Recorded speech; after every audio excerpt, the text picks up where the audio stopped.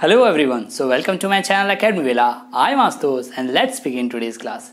So आज आप सभी का मैं स्वागत कर रहा हूँ अपने चैनल पे और आज की जो वीडियो है उसमें मैं बात करने वाला हूँ कि किस तरीके से हम इंग्लिश सीख सकते हैं। आज ऐसा हो गया है, आपकी मातृभाषा हिंदी है, इट्स ओके, ये हम जानते भी हैं और हम इसकी कद्र भी करते हैं, राइट।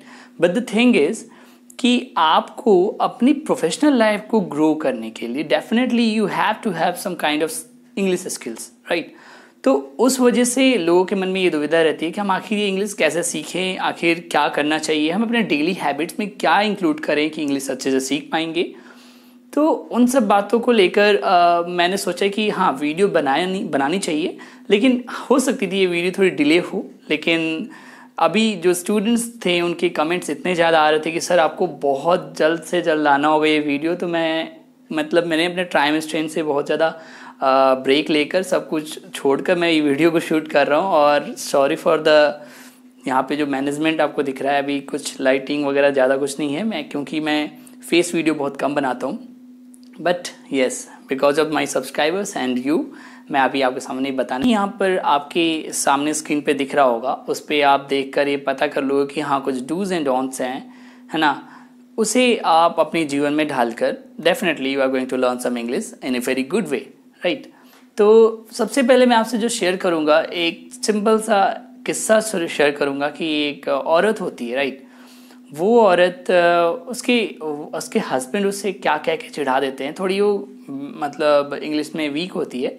उसके हस्बैंड उससे क्या कह के चिढ़ा देते हैं कि मेरी वाइफ जो है ना, वो बस लड्डू बनाने के लिए उनका जन्म हुआ है, एक तरीके से कह लो, वो इस दुनिया में बस लड्डू बनाने के लिए आई हैं। तो ये बात जो है ना क्लिक कर जाती है उस औरत को, और इस हद तक क्लिक करती है कि वो फॉरेन जाकर जब जाती है तो इंग्लिश सीख लेती है और बहुत अच्छी इंग्लिश सीख लेती है। तो उसकी पूरी स्ट्रगल आप देख पाएंगे। मूवी का ही सीन था जो मैंने बताया, क्योंकि ये एक समरी था एक मूवी का जिसका नाम है इंग्लिश विंग्लिश। आप ज़रूर देखें, ये 2012 में मूवी आई थी और ये सब के लिए है, मतलब जिसको इंग्लिश एस्पिरेशन होता है ना कि आप इंग्लिश सीखें कैसे, तो ज़रूर आप एक बार इस मूवी को देखें। चलिए अब स्टार्ट करते हैं अपने वीडियो को। और वीडियो में सबसे पहले हम जानेंगे कि क्या डूज हैं और क्या डोंट्स हैं, यानी कि आपको क्या करना चाहिए इंग्लिश सीखने के लिए और क्या नहीं करना चाहिए।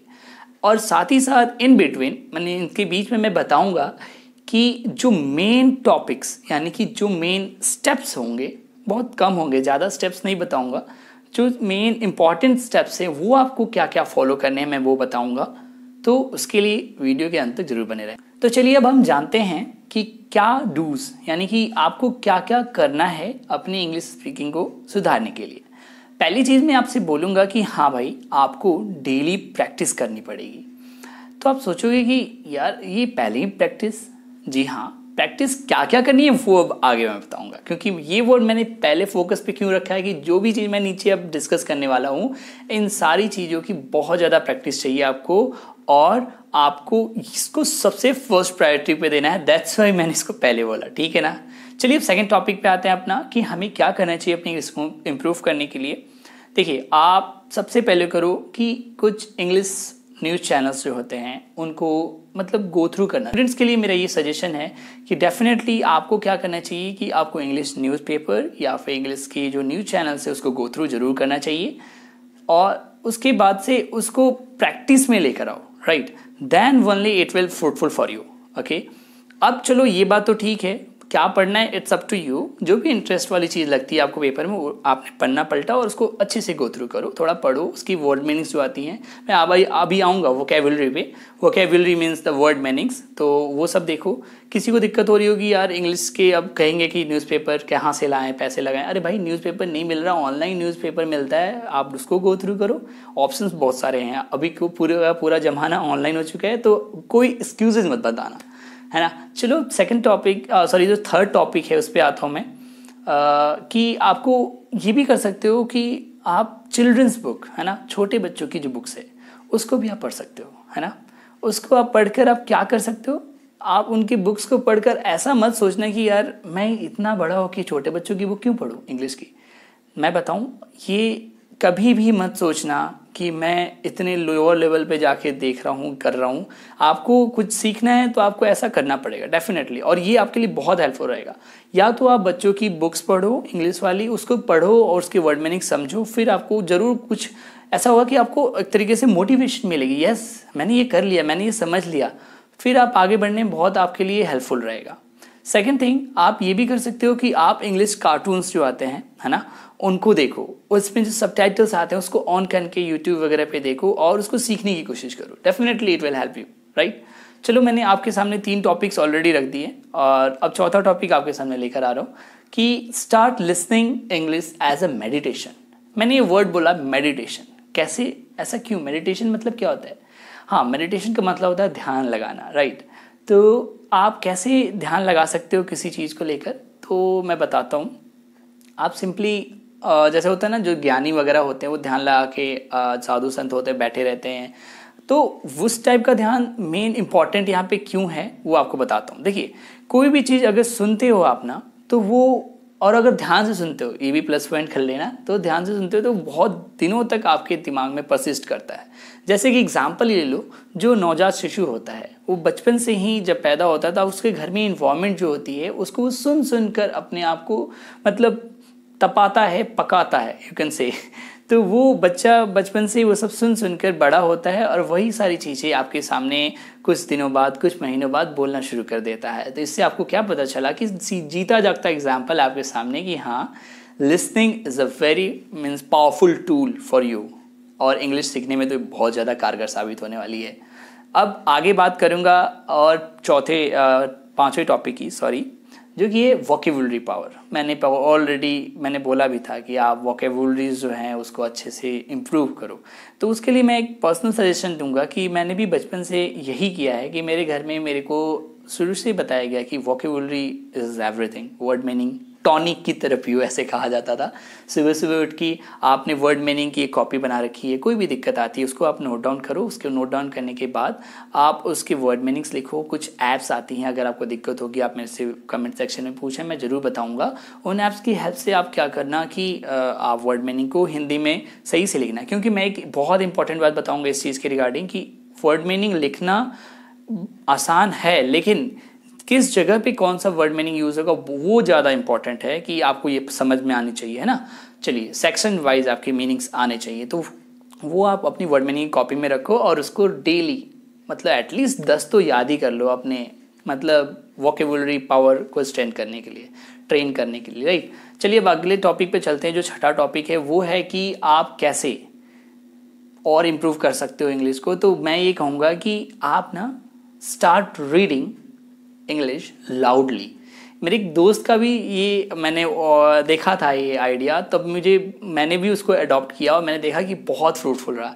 मेरी इंजीनियरिंग लाइफ में जब मैं अपने दोस्तों को देखता था, जैसे मैं डिप्लोमा की लाइफ ले लेता हूँ, पहले पॉलिटेक्निक जो मैंने की थी उससे मेरे एक दोस्त था, मैं उसका नाम नहीं लूँगा, लेकिन हाँ उसको मैंने देखा ना, अक्सर वो अपनी बुक में ये कुछ भी पढ़ता था तो ऑब्वियसली हम मतलब वो टॉपर हुआ करता था और वो क्या करता था कि अपनी चीज़ों को ना बहुत लाउडली पढ़ता था।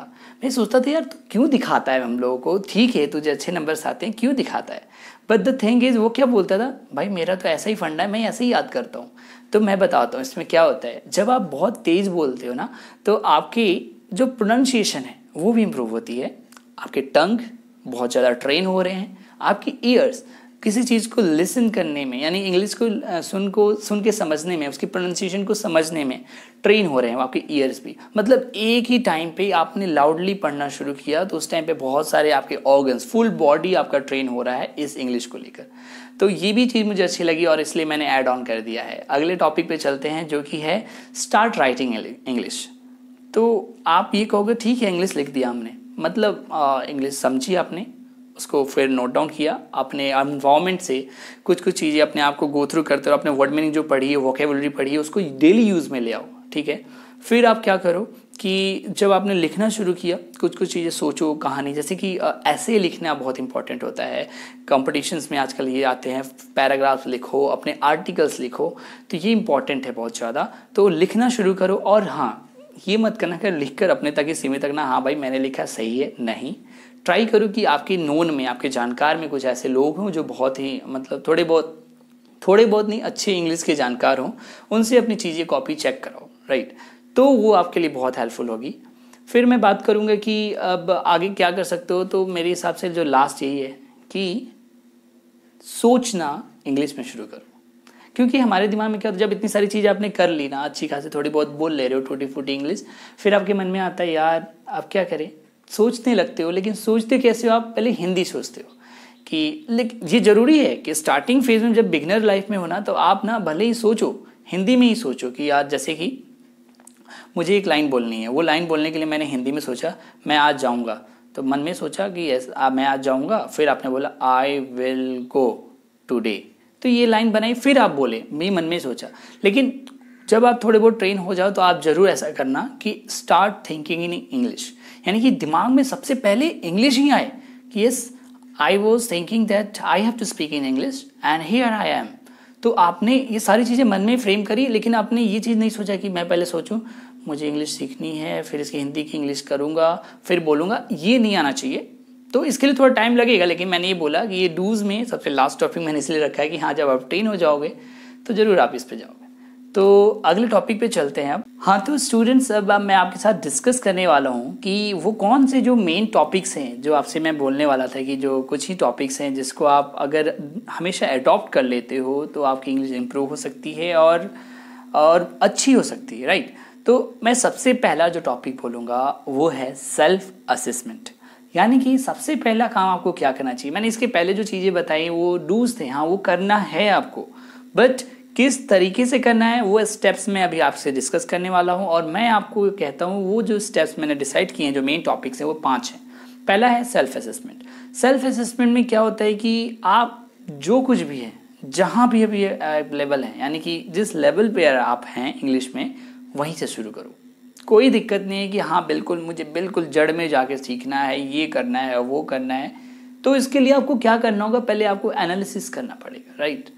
तो आप सबसे पहले क्या करो ना, सेल्फ असेसमेंट, आप अपने बारे में जानना शुरू करो कि आप किस तरीके से, आप किस चीज़ में कितने एक्सपर्ट हो, लिखने में कितने हो, आप ग्रामर आपको बिल्कुल जीरो से सीखनी है कि नहीं, या फिर आपको कितने लेवल तक की इंग्लिश आती है। वो सारी चीज़ें पहले आप सेल्फ असेसमेंट देखोगे, ठीक है। दूसरा टॉपिक आता है वो है आपका बिगिनर, यानी कि don't be afraid to be a beginner. ऐसा क्यों कह रहा हूँ मैं कि मतलब बिगिनर, यानी कि आपके मन में ऐसा होता नहीं यार मैं शुरू से शुरुआत करनी पड़ेगी तो दिक्कत हो जाएगी, फिर नहीं, ये मन में नहीं आने देना है। क्योंकि in the beginner's mind there are many possibilities but in the experts there are very few. कहने का मतलब क्या है, जो बिगिनर होते हैं ना उनके दिमाग में जो पॉसिबिलिटीज़ है, यानी कि उनके साथ जो पॉसिबिलिटीज़ हो सकती हैं वो बहुत ज़्यादा होती है बिगिनर्स के साथ। लेकिन जो एक्सपर्ट है वो ऑलरेडी इन सब चीज़ों को सीखा रहता है, तो उसके साथ पॉसिबिलिटीज़ जो हैं, संभावनाएं बहुत कम होती हैं। तो ये जो कहा मतलब फ्रेज़ है जो कहा गया है, इसको भी आप मन में रखो तो ज़रूर आप आगे बढ़ोगे कि हाँ आपको क्या करना है, कि आपको सबसे पहले बिगिनर माइंड रखना है, बिगिनर माइंडसेट रखना है कि don't be afraid to be a beginner, right. तो ये काम करो। थर्ड टॉपिक में जो आऊँगा उसमें आपको यही कहूँगा कि जो भी बेस्ट लर्निंग स्टाइल आपके पास है उसको एडॉप्ट करो। मैंने आपको बोला था सबसे पहले में सेल्फ असेसमेंट, जब आपने ये सेल्फ असेसमेंट किया तो आपको पता चला कि किस लेवल पे थे। सेकंड में आपने बिगिनर होने से अपने आप को मतलब रोका नहीं, है ना, बिगिनर्स के लिए स्टार्ट कर दिया, बिगिनर सोच के अपने आप को। तीसरे में जब मैंने बोला कि जो भी आपके पास लर्निंग स्टाइल है, जो बेस्ट लर्निंग स्टाइल है उसको एडॉप्ट करो। जैसे कि आपको ऐसा लगता है सपोज कि आपको सुनने से ज़्यादा अच्छे से समझ में आता है, तो आप उसकी ऑडियोज़ सुनो कान में लगा के ईयरफोन से, या फिर जैसे भी आप समझो उसको सुनो और उसके बाद से उसको पढ़ना शुरू करो। फिर आप राइटिंग करके लिखते हो, मतलब लिख कर समझते हो, ये भी बेटर है, बहुत लोग ऐसा करते हैं, लिख के सीखो। कोई होता है कि कंपेयर करता है, एनालिसिस करके सीखता है, वो भी सीखो। बोल के सीखना है, सुन के सीखना है, पढ़ के सीखना है, जैसे सीखते हैं पहले अपनी बेस्ट लर्निंग स्किल उठाओ, उसके साथ चलो, ठीक है। ये 3 टॉपिक्स थे। अब चौथा जो है ना कि जो कुछ भी है उसके साथ शुरू कर दो। Let's dive in with what you have, है ना। पहला टॉपिक ये थोड़ा रिलेट कर रहा होगा, लेकिन सेल्फ असेसमेंट में मैंने ये बोला कि पहले आपको असेसमेंट अपने आप पे करना है कि आप कहाँ तक मतलब निपुण हो। उसके बाद से let's dive in, 4th topic में है let's dive in with whatever you have. ये कहने का मतलब है कि अभी तक जो आपने एनालिसिस की मैंने सबसे पहले आपने असेसमेंट किया तो उससे कुछ निकल कर आया, फिर बिगिनर लेवल का माइंडसेट सोच के आगे बढ़े, उससे कुछ समझ में आया, फिर आपके दिमाग में ये आ गया कि हाँ मेरे लिए ये लर्निंग स्किल है, ये पता चल गया, अब उसी लर्निंग स्किल को आगे लेकर चलना है। तो वही मैं 4 टॉपिक बता रहा हूँ कि जो कुछ भी आपके पास आ चुका है उसके साथ शुरू कर दो। यानी कि आपकी अगर मान लो आपने अच्छा लगा कि मुझे लिख के स्टार्ट करनी है, अपनी यही स्किल रखनी है, उसके साथ शुरू कर दो। और सबसे लास्ट में मैं बोलूँगा प्रैक्टिस अ लॉट। भाई इसके बिना कुछ नहीं हो सकता है। तो ये 5 टॉपिक्स थे जो मैंने आपके साथ साझा किए और आपको बताया कि भाई देखो यही है मेन टॉपिक। अब मैं आपसे ये शेयर करने वाला हूँ कि क्या नहीं करना चाहिए आपको, और मतलब एक तरीके से सजेशंस ही हैं, लेकिन ये डोंट्स में मैंने डाल दिए हैं। तो डोंट्स में देखते हैं क्या नहीं करना चाहिए आपको। पहली चीज़ मैं ये बोलूँगा, डोंट टेक स्ट्रेस। कभी भी आप इंग्लिश बोलो तो स्ट्रेस लेकर नहीं बोलो। आपने कुछ सीख लिया है, ठीक है, इट्स ओके, आप बहुत अच्छा बोलोगे, कि पॉजिटिव माइंडसेट रखो। Second thing, never get afraid of English. English से कभी डरो मत, ठीक है। ये अंदर का जो भय है उसे निकाल दो, जब ये निकल जाएगा डेफिनेटली सब कुछ अच्छा होगा। थर्ड थिंग है, don't have fear of being judged. आप कभी ये मत सोचो कि आपकी बोली को जज किया जाएगा। आप ऐसा अगर सोचने लगे तो डेफिनेटली आप इंग्लिश सीख ही नहीं पाओगे। हाँ, वो बात आप जरूर सोच रहे होगे, यार जज के बारे में नहीं सोचूंगा तो मैं अच्छा कैसे कर पाऊंगा। बिल्कुल सबके मन में आता है ना, लेकिन ये कब आएगा, जब आप अच्छी सी इंग्लिश जानने लगे हो और जहाँ पे आपके मार्क्स वगैरह मिलने वाले हैं और अच्छा होने वाला है, उस केस में ज़रूर आपको सोचना है कि हाँ जजमेंट मेरा अच्छा होना चाहिए, जो जज हैं वो अच्छे से मेरे को रिस्पॉन्ड करें, वो तब की बात है। लेकिन अभी के लिए मैं आपको बोलूँगा, don't have fear of being judged. आप ऐसा बिल्कुल मत सोचो कि आपको जज किया जा रहा है, बेधड़क बोलते जाओ, राइट, इंग्लिश, राइट। फिर है चौथा topic, don't have fear of being beginner. मैंने पहले ही बोल चुका था, है ना, बोल दिया है। अब आगे देखते हैं 5वां, don't get afraid of audience. ये भी चीज़ मैंने डिस्कस की है। तो आपको ऑडियंस से घबराना नहीं है। जैसे कि आपको एक डीप ब्रेथ लो और फिर स्टार्ट करो अपना, राइट, दैट्स इट। फिर आप ये कर सकते हो कि don't think you are useless. ये कभी मत सोचना कि आप यूजलेस हो। अगर आप ऐसे सोचने लगे तो आप नेगेटिव वे में ले रहे हो अपने आप को, और आप अपना जो पॉजिटिव माइंडसेट है वो खो रहे हो। डेफिनेटली आपको कुछ नहीं मिलने वाला फिर, है ना। तो आप ये मत सोचो कि आप यूजलेस हो, आप बहुत कुछ हो अपने आप में, है ना। फिर आगे की बात बताऊं, 7th टॉपिक जो कि है अवॉइड नेगेटिव स्टेटमेंट्स। वही बात बार बार आएगी, लेकिन दूसरे तरीके से मैंने इसको रिप्रेजेंट किया है कि आप स्टेटमेंट्स ही ऐसे मत दो कि लगे कि यार मैं नहीं कर सकता हूँ ना, मतलब नकारात्मक चीज़ें मत लाओ, right. Last but not the least, don't prefer rote learning. जैसे कि आप अक्सर अपनी पढ़ाई करते हो तो इंग्लिश को रट के याद करते हो, रोट लर्निंग मतलब रटना काइंड ऑफ। तो आप रोट लर्निंग का सहारा बिल्कुल मत लेना, और ट्राई करना अपने जो स्टडी लाइफ है उसमें आप क्या करो, पढ़ाई कर करके जो भी चीज़ आप सीखते हो ना उसको अपनी वे में रिप्रेजेंट करने की कोशिश करो। और मैं बताऊं, इसमें सबसे ज़्यादा रोल किसका रहेगा, वर्ड मीनिंग का, वोकेबुलरी का। आपकी वोकेबुलरी पावर बहुत अच्छी होनी चाहिए।